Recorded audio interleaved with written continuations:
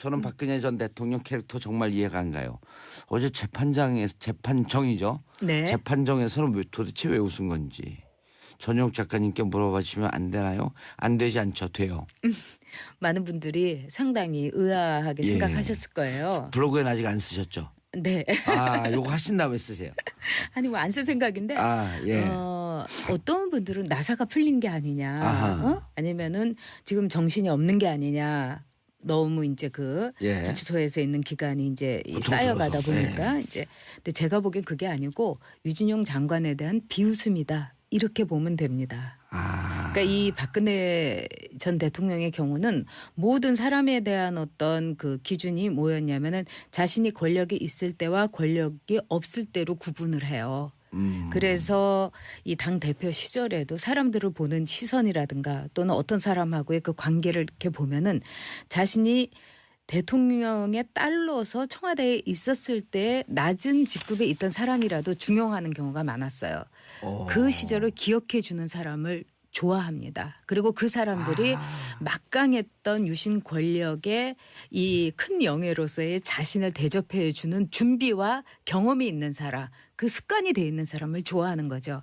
유진용 장관에 대해서는 자신이 대통령일 때 그 앞에서 어쨌든 장관이니까 대통령에 대해서 상당히 예의를 갖춰서 예. 말을 했겠죠.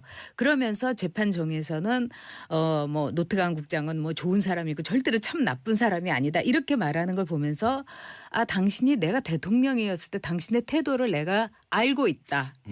이런 것을 풍기면서 피식하고 웃은 거죠. 일종의 그 유진용 장관에 대한 비웃음이다. 비웃음. 권력의 그 정점에 있는 한 인간과 내가 이렇게 재판정에서 비록 초라한 모습으로 있지만 그 차이를 스스로 인정하면서도 유진용 장관에 대해서 말하자면은 비웃음을 보낸 거죠. 야. 아, 이해를 하겠네요. 이해가 되세요? 예. 아, 역시 빠르시네요. 그리고 그런 거죠. 유준용. 네. 너야말로 내가 평생 싫어했던 배신자의 전형이야. 평소에도 싫어했다고 합니다. 유진용 예. 장관을. 이렇게 대놓고 얘기를 좀 한 스타일인가 봐요. 유준용 장관. 그런 스타일이고 그다음에 그분은 양정철 전 이제 비서관하고 이른바 배째라 이 설전이 노무현 전 정부 때 있었던 사람이죠. 그리고 어떤 거였었죠? 그러니까는 그 당시에 저도 기억이 이제 아주 명확하게 예. 갑자기는 안 나지만 양정철 그 당시에 비서관이 뭘 요구를 했어요. 그 인사 요구였던 걸로 기억됩니다. 맞아요. 저도 기억이 나요. 예, 그런데 뭐 택도 없는 소리다 이러면서 그러면은 뭐 배째라는 겁니까? 이러니까 그러시죠. 이렇게 해갖고 잘렸던 분이에요. 그분이. 그렇기 때문에 유진용 장관에 대해서는 또 보수층의 엄청난 지지가 있었던 인사였습니다. 예. 그런데 이 박근혜 대통령 시절에 특히 세월호 때 내각이 총사퇴해야 될 사안이다. 이렇게 이야기를 해가지고 그때 이제 박근혜 전 결기가 대통령이 있는 분이네. 레이저를 드디어 이제 정확하게 쏘았죠. 그러니까 이제 북경 출장을 갔을 때 현직 장관을 경질해 버렸죠. 이거는 장관에 대한 뭐 비례나 무례를 떠나가지고 진짜 너무 심했죠. 아무리 미워도 그렇게 해서는 안 되는 거죠. 대통령이라면요. 전자결제를 해버린. 그렇죠. 아, 근데 문체부 직원들 내에서는 네. 가장 신망받고 존경받는 장관이었다? 그 내부 승진 케이스고? 그렇죠. 그리고 이제 이분은 나름대로 그 공무원으로서 관료로서의 예. 자부심이 있었던 분입니다. 그러니까 그 네. 정권의 성격이 진보든 보수든 개의치 않고 당연하죠. 나는 공무원이 일할 수 있는 조건 네. 여기에 대통령이라고 해서 함부로 관여하게 그럼요. 되면 그분에 대해서는 용납하지 않겠다. 그리고 관료들은 우리가 이제 생각하기에는 뭐 공무원 이미지, 뭐 공무원은 철밥통이다 이렇게 생각하지만 실제로 한국 사회를 이렇게 움직이는 걸 보면은 그럼요. 관료들이 네. 실제적으로 움직입니다. 관료들이 줄 하나를 긋는 것과 토시 하나를 바꾸는 것에 따라서 우리의 생활이 달라지죠. 그거에 대한 자부심이 또 세죠. 세죠. 예, 네. 테크노크라트. 네? 테크노크라트. 뷰로크라트 아니에요? 그래요? 뷰로크라트. 아, 근데 잘 어제 술 많이 드셨나 봐요. 아니요, 제가 좀 무식해요, 그냥. 아니에요. 그렇지 않죠. 아, 이 관료들이 테크노크라트적인 측면이 있습니다. 예. 네. 그러니까 본인들의 그걸 넘어서야죠. 근데 관료들이. 자신들이 아주 이 그 세련된 네. 기능인으로서의 최고다.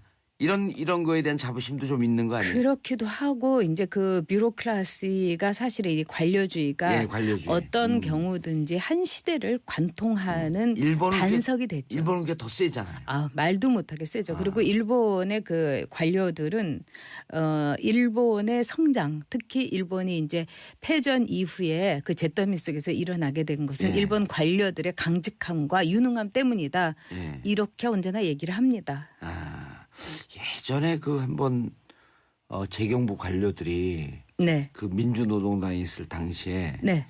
민주노동당 후보가 대통령이 돼봐라. 네. 우리 손 하나 건들 수 있는지. 네. 이런 얘기를 했다는 게 기억이 좀 나거든요. 그것도 특히 아주 틀린 재경부는- 말은 아닐 거예요. 재경부는 더 강하잖아요, 그게.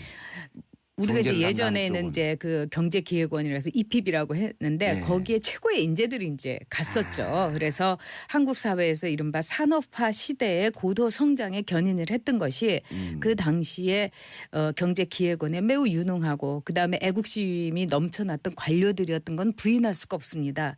그럼에도 불구하고 우리가 관료주의를 비판하는 것은 그들만의 세상 속에서 그들만의 권력을 매우 공고하고 매우 치밀하게 할 수 있다는 거죠. 행사할 수 있다는 거죠. 알겠습니다. 전혁 작가님과 함께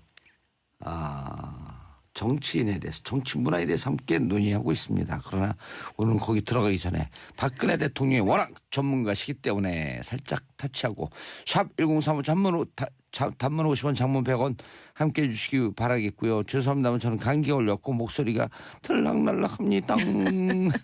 건에 대한 비웃음이다. 비웃음. 권력의 그 정점에 있는 한 인간과 내가 이렇게 재판정에서 비록 초라한 모습으로 있지만 그 차이를 스스로 인정하면서도 유진영 장관에 대해서 말하자면은 비웃음을 보낸 거죠. 야, 이해를 하겠네요. 이해가 되세요? 예. 역시 빠르시네요. 그리고 그런 거죠. 유준용, 네. 너야말로 내가 평생 싫어했던 배신자의 전형이야. 평소에도 싫어했다고 합니다. 유진영 네. 장관을. 이렇게 대놓고 얘기를 좀 한 스타일인가 봐요, 유준용 장관. 그런 스타일이고 그다음에 그분은 양정철 전 이제 비서관하고 이른바 배째라 이 설전이 노무현 전 정부 때 있었던 사람이죠. 그리고 어떤 거였었죠? 그러니까는 그 당시에 저도 기억이 이제 아주 명확하게 예. 갑자기는 안 나지만 양정철 그 당시에 비서관이 뭘 요구를 했어요. 그 인사 요구였던 걸로 기억됩니다. 맞아요. 저도 기억이 나요. 예, 그런데 뭐 택도 없는 소리다 이러면서 와. 그러면은 뭐 배째라는 겁니까? 이러니까 그러시죠. 이렇게 해갖고 이야. 잘렸던 분이에요. 그분이.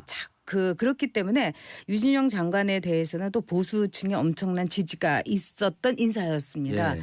그런데 이 박근혜 대통령 시절에 특히 세월호 때 내각이 총사퇴해야 될 사안이다. 이렇게 이야기를 해가지고 그때 이제 박근혜 전 결기가 대통령이 있는 분이네. 레이저를 드디어 이제 정확하게 쏘았죠. 그러니까 이제 북경 출장을 갔을 때 현직 장관을 경질해 버렸죠. 이거는 장관에 대한 뭐 비례나 무례를 떠나가지고 진짜 너무 심했죠. 아무리 미워도 그렇게 해서는 안 되는 거죠. 대통령이라면요. 전자결제를 해버린. 그렇죠. 근데 문체부 직원들 내에서는 네. 가장 신망받고 존경받는 장관이었다. 그 내부 승진 케이스고. 그렇죠. 그리고 이제 이분은 나름대로 그 공무원으로서 관료로서의 예. 자부심이 있었던 분입니다. 그러니까 그 네. 정권의 성격이 진보든 보수든 개의치 않고 당연하죠. 나는 공무원이 일할 수 있는 조건 네. 여기에 대통령이라고 해서 함부로 관여하게 그럼요. 되면 그 부분에 대해서는 용납하지 않겠다. 그리고 관료들은 우리가 이제 생각하기에는 뭐 공무원 이미지, 뭐 공무원은 철밥통이다 이렇게 생각하지만 실제로 한국 사회를 이렇게 움직이는 걸 보면은 그럼요. 관료들이 네. 실제적으로 움직입니다. 관료들이 줄 하나를 긋는 것과 토시 하나를 바꾸는 것에 따라서 우리의 생활이 달라지죠. 그거에 대한 자부심이 또 세죠. 세죠. 예, 네. 테크노크라트. 네? 테크노크라트. 뷰로크라트 아니에요? 그래요? 뷰로크라트. 근데 잘 어제 술 많이 드셨나 봐요. 아니요, 제가 좀 무식해요, 그냥. 아니에요. 그렇지 않죠. 이 관료들이 테크노크라트적인 측면이 있습니다. 예. 저는 박근혜 전 대통령 캐릭터 정말 이해가 안 가요.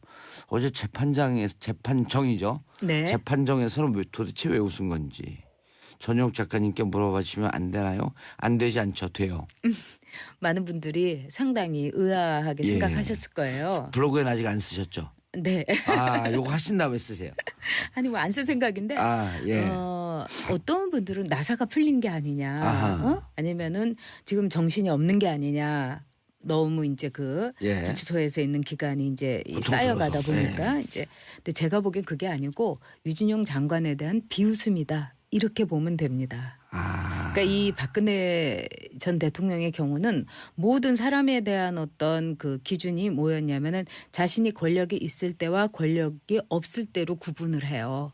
그래서 이 당 대표 시절에도 사람들을 보는 시선이라든가 또는 어떤 사람하고의 그 관계를 이렇게 보면은 자신이 대통령의 딸로서 청와대에 있었을 때 낮은 직급에 있던 사람이라도 중용하는 경우가 많았어요. 그 시절을 기억해 주는 사람을 좋아합니다. 그리고 그 사람들이 막강했던 유신 권력의 이 큰 명예로서의 자신을 대접해 주는 준비와 경험이 있는 사람, 그 습관이 돼 있는 사람을 좋아하는 거죠. 유진용 장관에 대해서는 자신이 대통령일 때 그 앞에서 어쨌든 장관이니까 대통령에 대해서 상당히 예의를 갖춰서 예. 말을 했겠죠. 그러면서 재판정에서는 뭐 노태강 국장은 뭐 좋은 사람이고 절대로 참 나쁜 사람이 아니다 이렇게 말하는 걸 보면서 아 당신이 내가 대통령이었을 때 당신의 태도를 내가 알고 있다. 이런 것을 풍기면서 피식하고 웃은 거죠. 일종의 그 유진용 장